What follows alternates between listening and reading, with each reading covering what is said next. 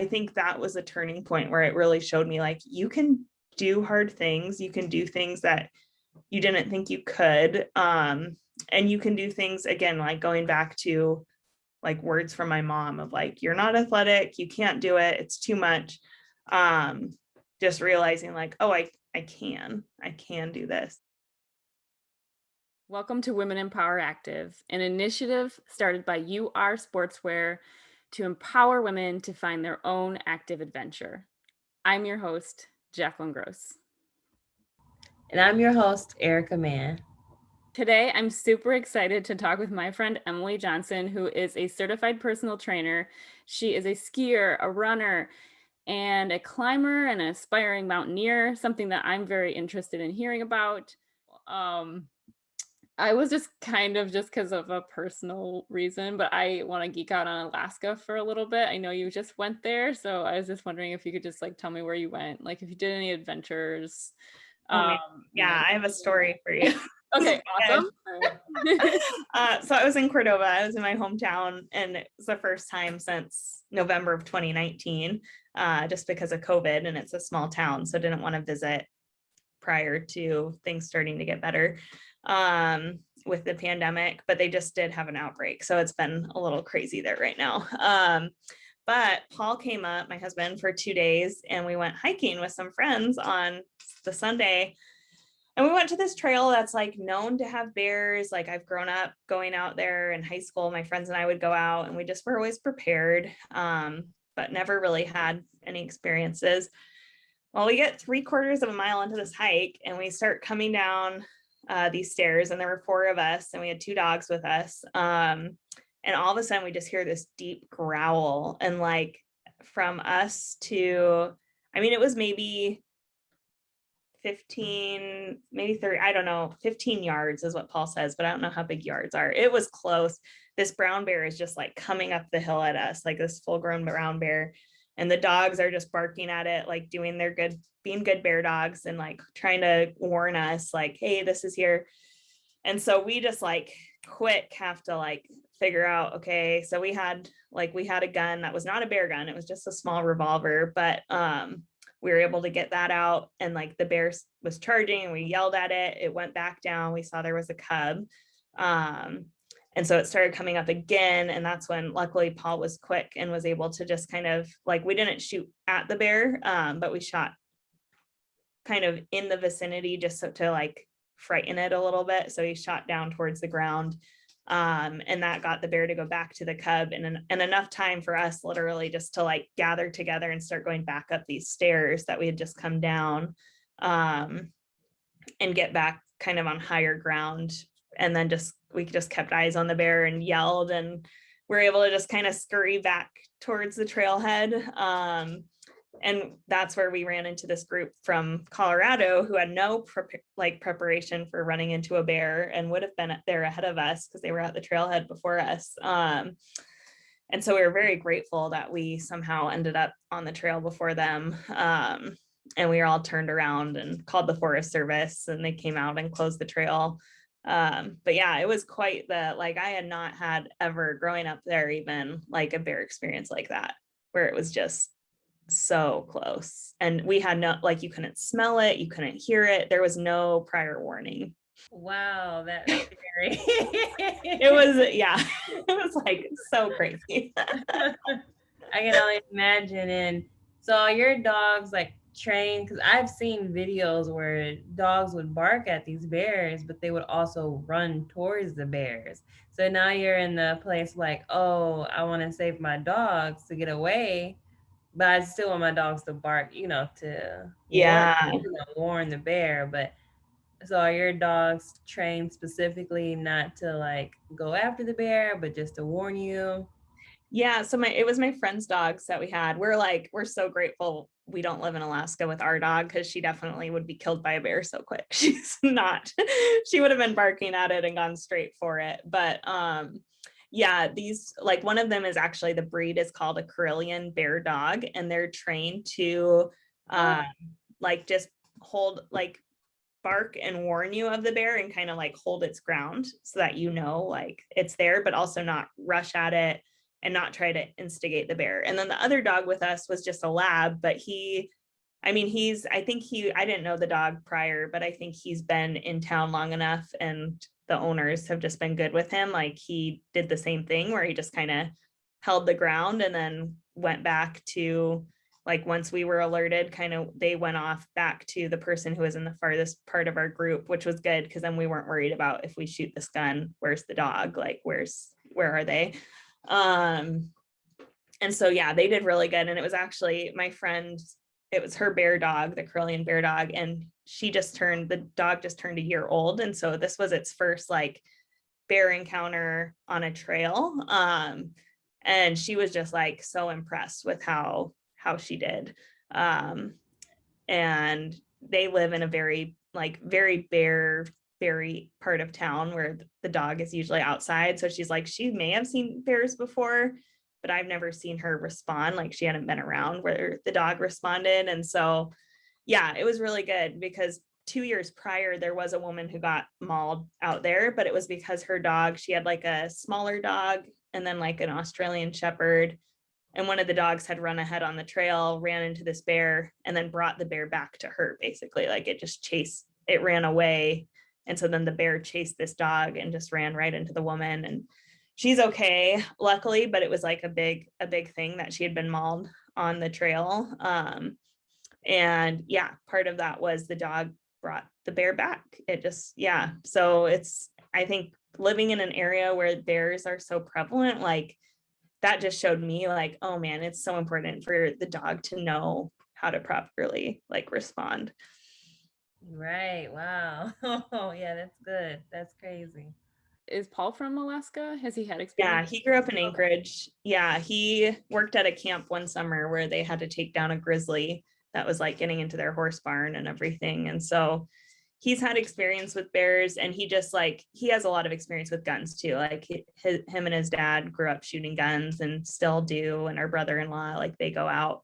And I grew up shooting guns with my dad at the range, but not nearly in like feeling the comfort level of just like, getting it loaded really fast and being able to just get it ready to go.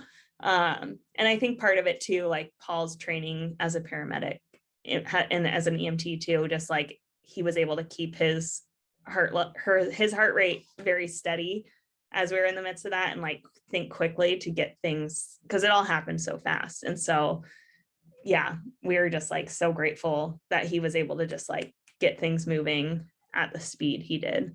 The only experience I've had was that I would like either make a noise, like a loud noise if I saw them, or to scare them away. Because I've seen bears a couple times like further out. That was like my closest. Yeah.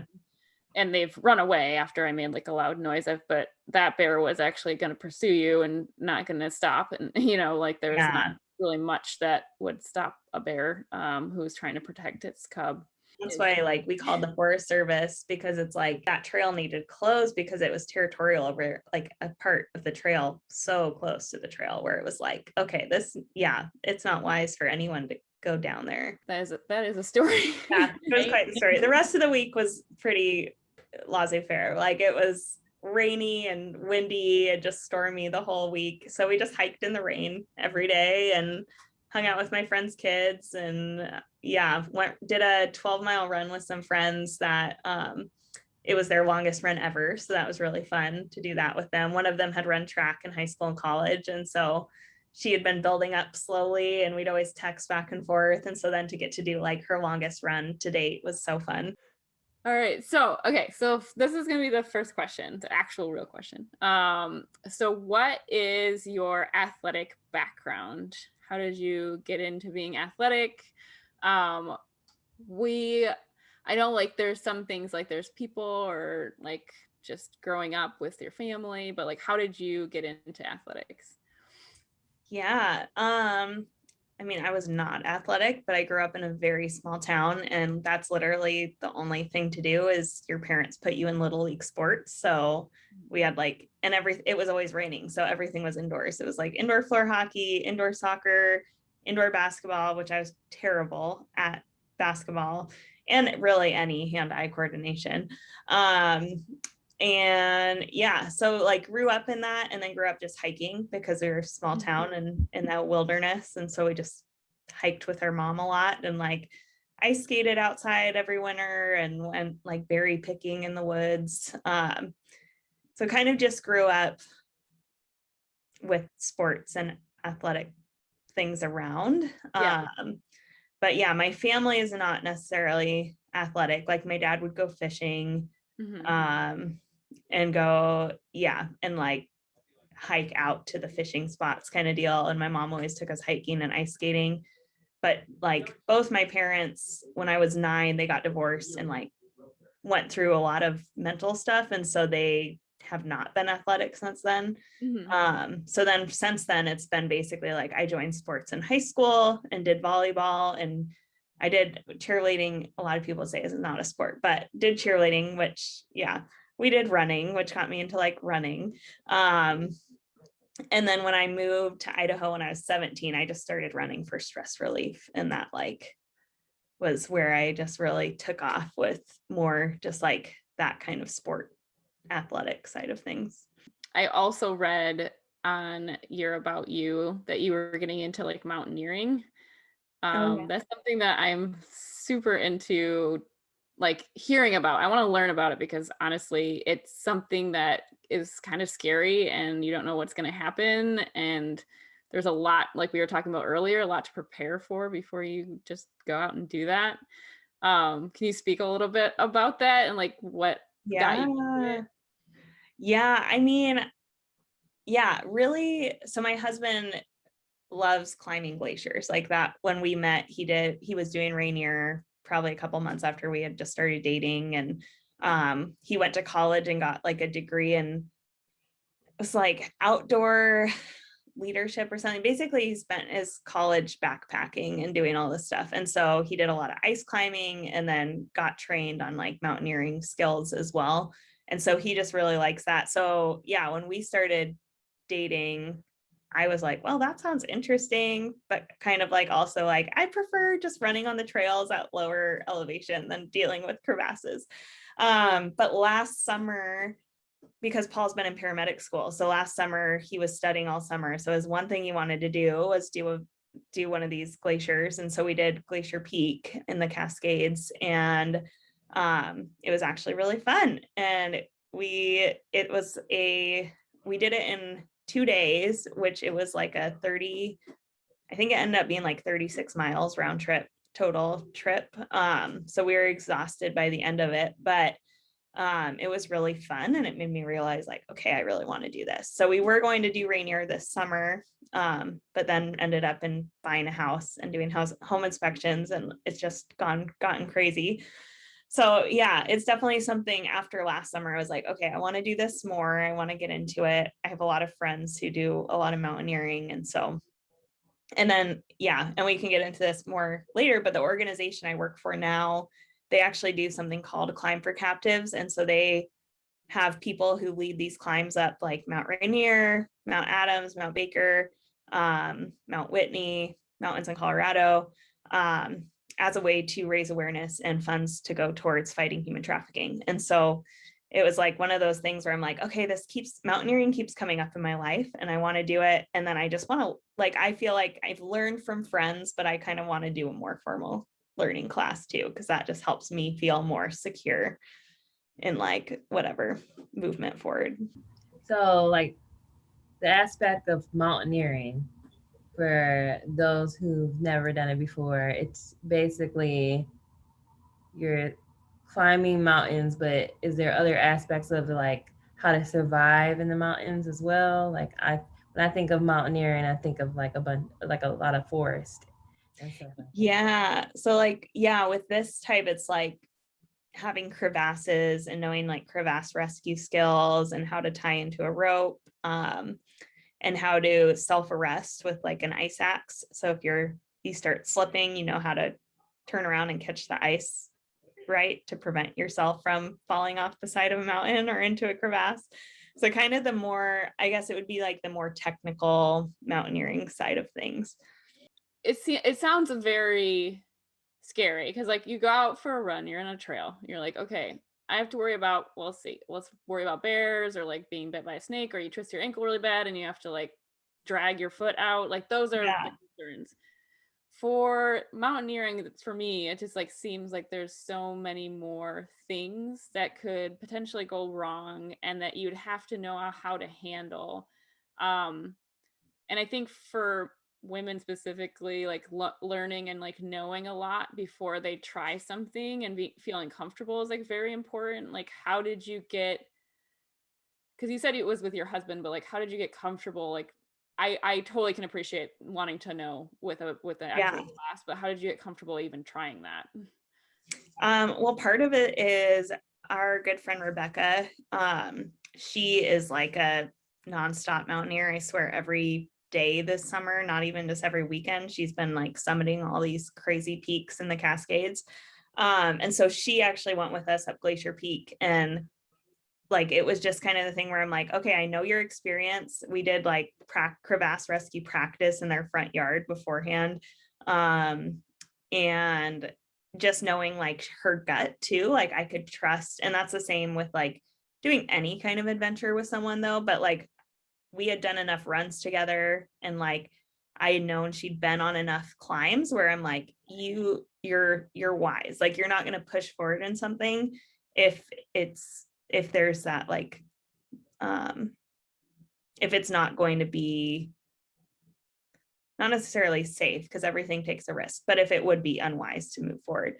So I feel like I knew I could trust her really well, because she was really the one like guiding us on that trip, because she had done Glacier Peak before, and she'd done it twice, and both times wasn't able to make it to the summit because of weather. So this was the first time she actually made it, but because she had been in it in terrible conditions too, it was like, okay, we can trust you. And even on the way up at 1 a.m., we got so turned around on the path because it wasn't clear, and we just had to keep looking at our GPS and kind of like climbing around, since it was dark and 1 a.m. as we were trying to make our path through this way. But knowing like, okay, no matter what, like it's gonna work out. But yeah, and even the night before, like when we got to base camp, I looked at the mountain. I'm like, there's no way we're gonna do that. I told Paul, I was like, maybe I'll just stay here and you guys can go summit, and I'll just be here. That would be fine. It'll be fine.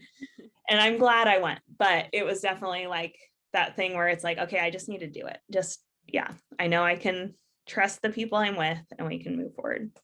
How much of the like mountaineering trip are you very scared or like kind of unsure? Is it like, is there just certain points where it's like that type 2 fun where it's like fun later, or is like even running the enchantments, like there's some parts that are super Yeah. sketchy.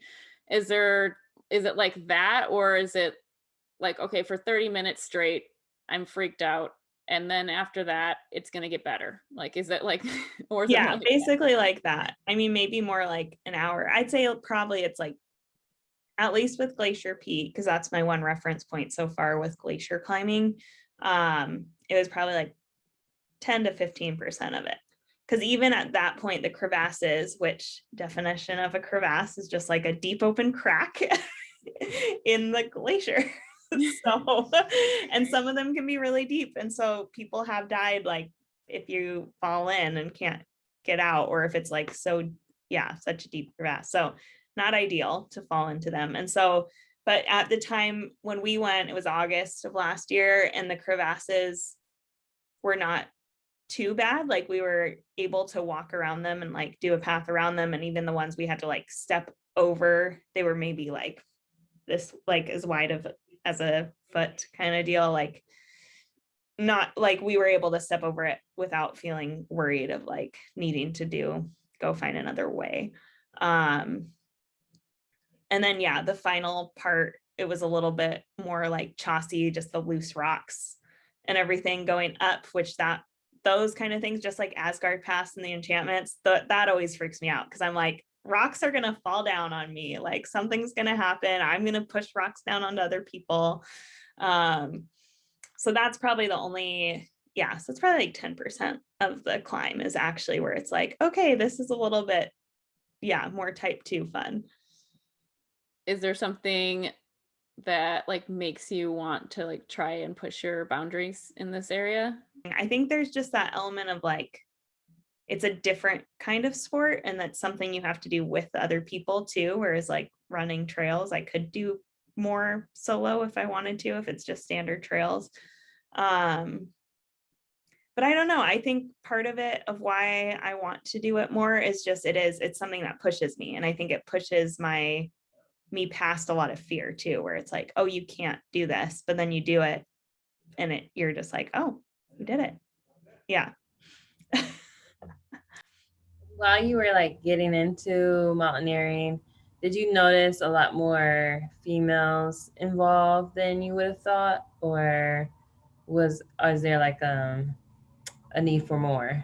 I think there's definitely, again, like I'm so new into this realm, but the people I know who've inspired me in it are all females. But what I'm hearing from them, and they started getting into it maybe like 5 years ago or so, is there wasn't a lot at that time. So I think in the past 5 years, there's definitely movement of more women getting into that realm and getting trained. And there was even just somebody featured on the news here in Washington who she's taking like, so there's like the climbers of color group, and then it's like a maybe hikers of color, and she's taking but women of color groups up, like doing mountaineering that normally would not get that experience. So like I think there's certain people who are starting to advocate for women to be able to do these things that they might not just take the initiative on their own to go do. That's one thing I was going to say before when you're talking about like the like when you're feeling stressed or anxious about the 15% of the time. Um in like at some points when I'm having like super like having like an anxiety day or whatever else, it is kind of nice to do something that's actually scary because it validates those feelings a little bit. And then you're kind of able to actually feel more calm because you've already been through them. There's an actual reason for you to feel that way. And not that your feelings aren't valid or real, but like there's actually like a fear response, and then it gets to be calm again. And that's one thing. So I can really appreciate that part of it, of challenging yourself in that way, especially if you are feeling a little bit anxious, to help you actually calm down and feel less anxious. Do you find that too, or is that just me? Oh, definitely. Yeah, it was like prior to doing the climb and just looking at the mountain, I was way more anxious than when we actually were just like doing it. Yeah, Yeah, exactly. when we were doing it, was like, oh, this is great. This is so fun. I love this. Yeah. I kind of wanted to talk to you a little bit more about what you had started talking about when you were younger. Did it sounds like you did have a little bit of stumbling blocks with fitness. What what were those exactly? Like, was there a moment that happened? As a probably like fourth grader through probably through high school, I just always felt like kind of like the bigger one of my friends. And then also that I was not as athletic. So I always had this very low self-esteem in regards to like what I could or couldn't do. And then also my mom with her own, like she has bipolar manic depression. And so when I try to want to do something, she always very much discouraged it and was like, well, you can't do anything, like was basically what she said. It's just too much. Don't do it. Um, and so that was definitely something that was like, as I started getting into running, just as stress relief my junior year of high school. And that's when we moved from Alaska to North Idaho. So I didn't have my friends around. It was just me and my mom and my sister. Um, it was like, well, I need something to relieve stress. And so I just started by like running around the neighborhoods or taking my bike out, and just realizing how much relief that brought me of just being able to be out of the house and move my body. And then in that same time frame, I also was like not eating as much because then I was very like hypersensitive about my body. And then also being in a new school that was like bigger than the size of my hometown was very intimidating. And so I didn't want to join sports. I tried the tennis team very briefly. I tried the golf team for like a week. And it was just like, these are not, it was just not the kind of sports, and like just the community aspect. And again, still dealing with that very low self-esteem side of things. And so I think that's what led me into just running. And so then I would like run, and then I would only eat if I ran a certain amount.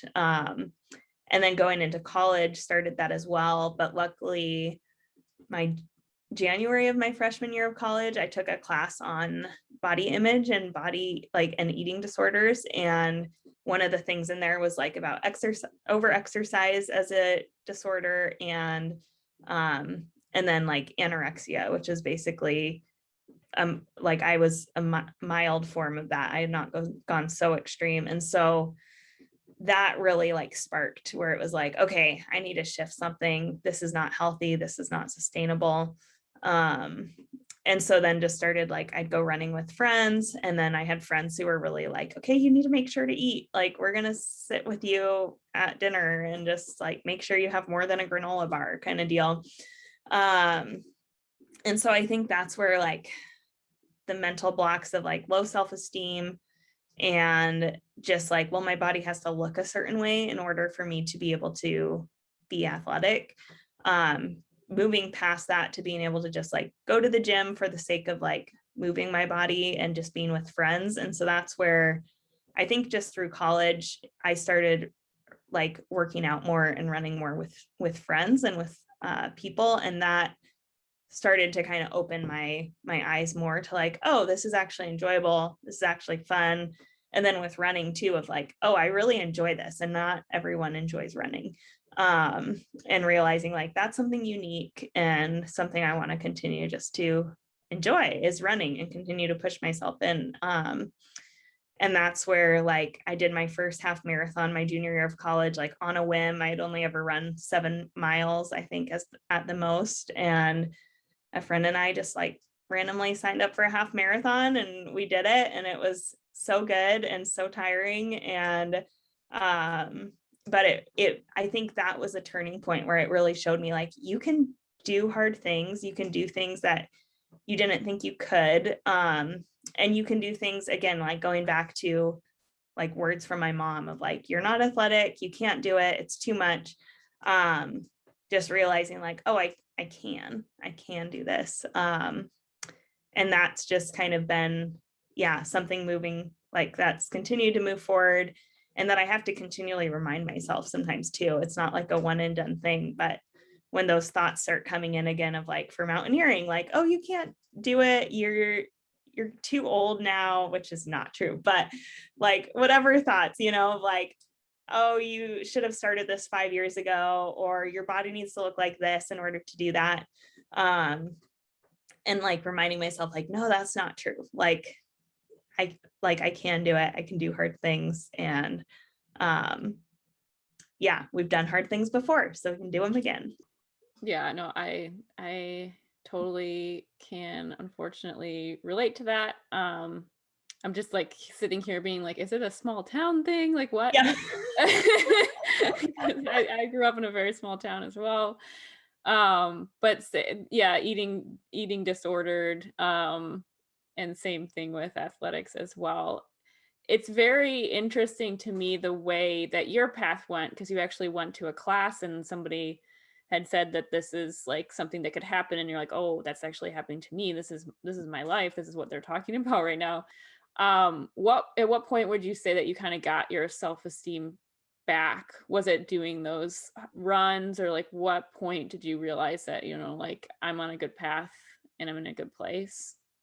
I was part of a church group in college, and through that, like, and what got me through a lot of like my mom's depression and bipolar through high school too, and living with her, was this like just relationship with God, and like being able to pray, and like I would just feel this like comfort of like, okay, things are going to be okay, even if it doesn't look okay right now.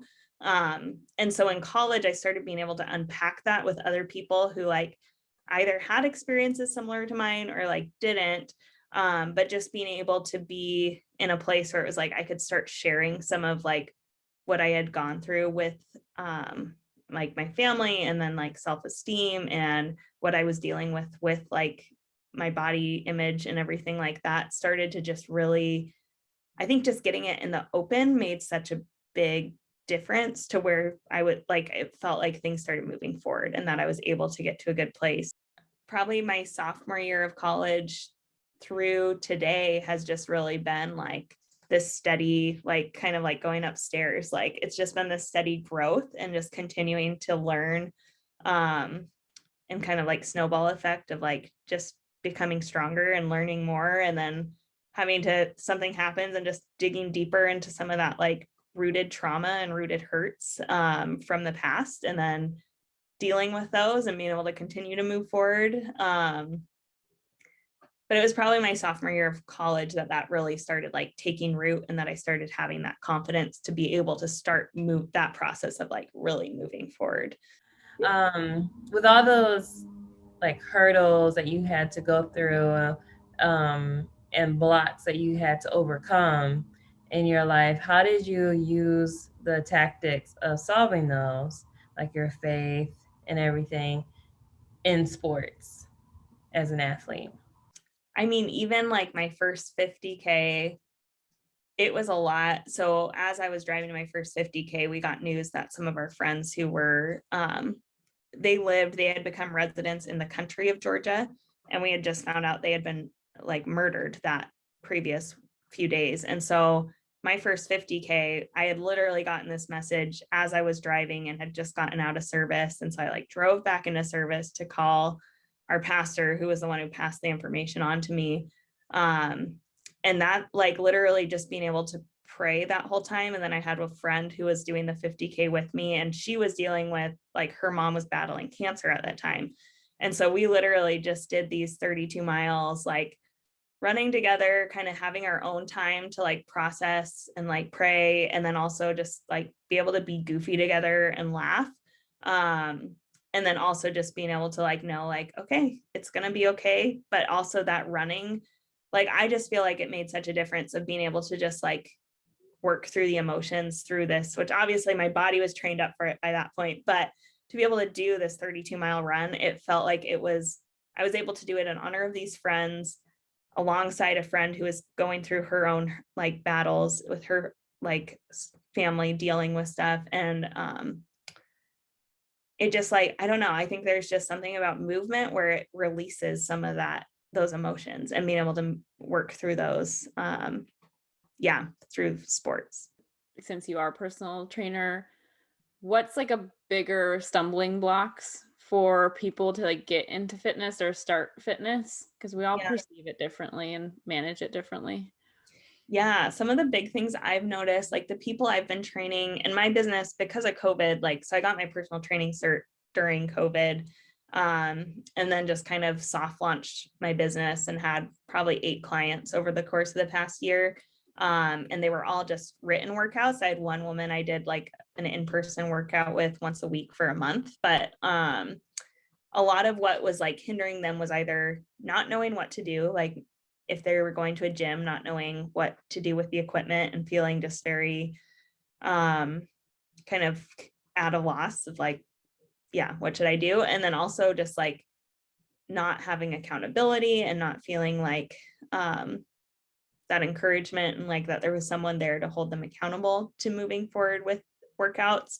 And then even just like the other one is more, I'm trying to think of how to word it, of not really enjoying exercise, but knowing like it's good. And so trying to figure out, but not knowing how to like find a balance of like, how can I enjoy workouts? And so that's where I work with those people to figure out what are movements that you really don't like and that is turning you off from like, if they're just going to a gym, from like going to the gym.